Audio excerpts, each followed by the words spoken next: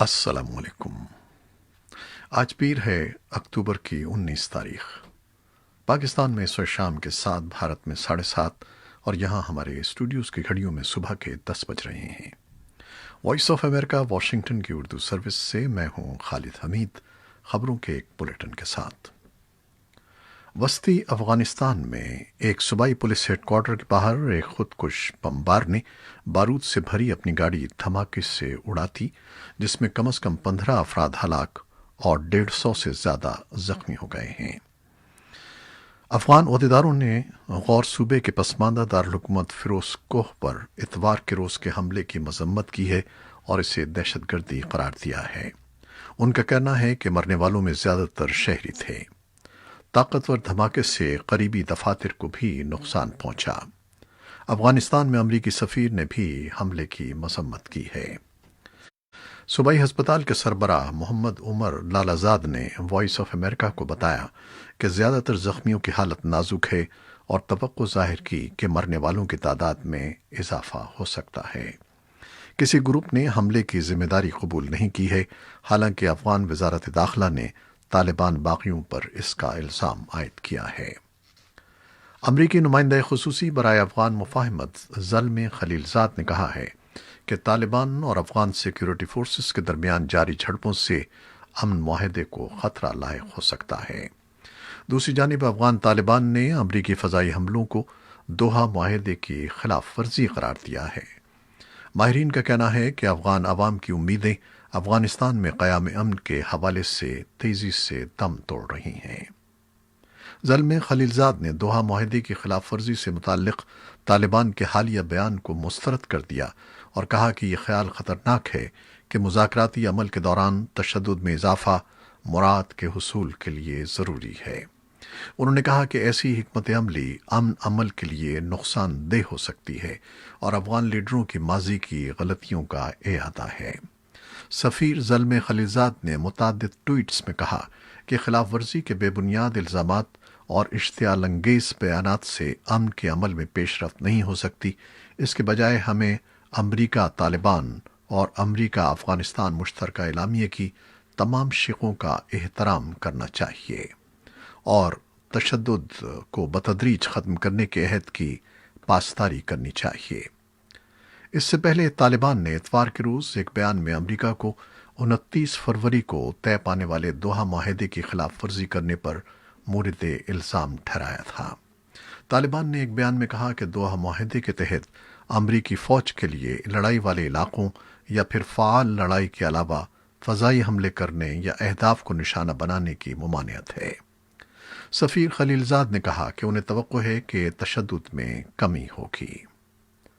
افغانستان سے ملحقہ اور دہشت گردی سے زیادہ متاثرہ شمالی وزیرستان کے مختلف علاقوں میں گھات لگا کر قتل کی وارداتوں میں اضافہ دیکھنے میں آ رہا ہے۔ بتایا جاتا ہے کہ گھات لگا کر قتل کا تازہ ترین واقعہ میر علی قصبے کے قریب اتوار کی شام پیش آیا، جہاں ایک سرکردہ قبائلی رہنما کو نامعلوم عسکریت پسندوں نے گاڑی سے اتار کر سڑک کے بیچ گولیاں مار کر ہلاک کر دیا۔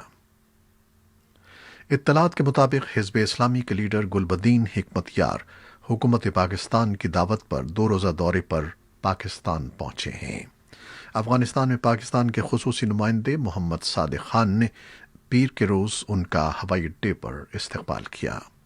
گلبدین حکمت یار محمد صادق کے ہمراہ وزیر اعظم عمران خان سمیت اعلیٰ پاکستانی عہدیداروں سے ملیں گے۔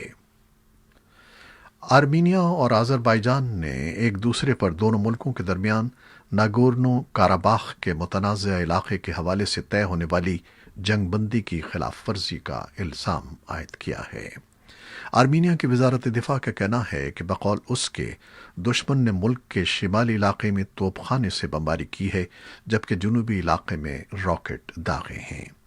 دوسری جانب آذربائیجان کی وزارت دفاع نے ایک بیان میں کہا ہے کہ بقول اس کے دشمن نے جبرائیل شہر اور اس علاقے کے ایک گاؤں پر گولہ باری کی ہے، جس میں ہلکے اور بھاری توپ خانے کا استعمال کیا گیا ہے۔ بیان میں مزید کہا گیا ہے کہ آذربائیجان کی فوج نے اس حملے کا بھرپور جواب دیا ہے۔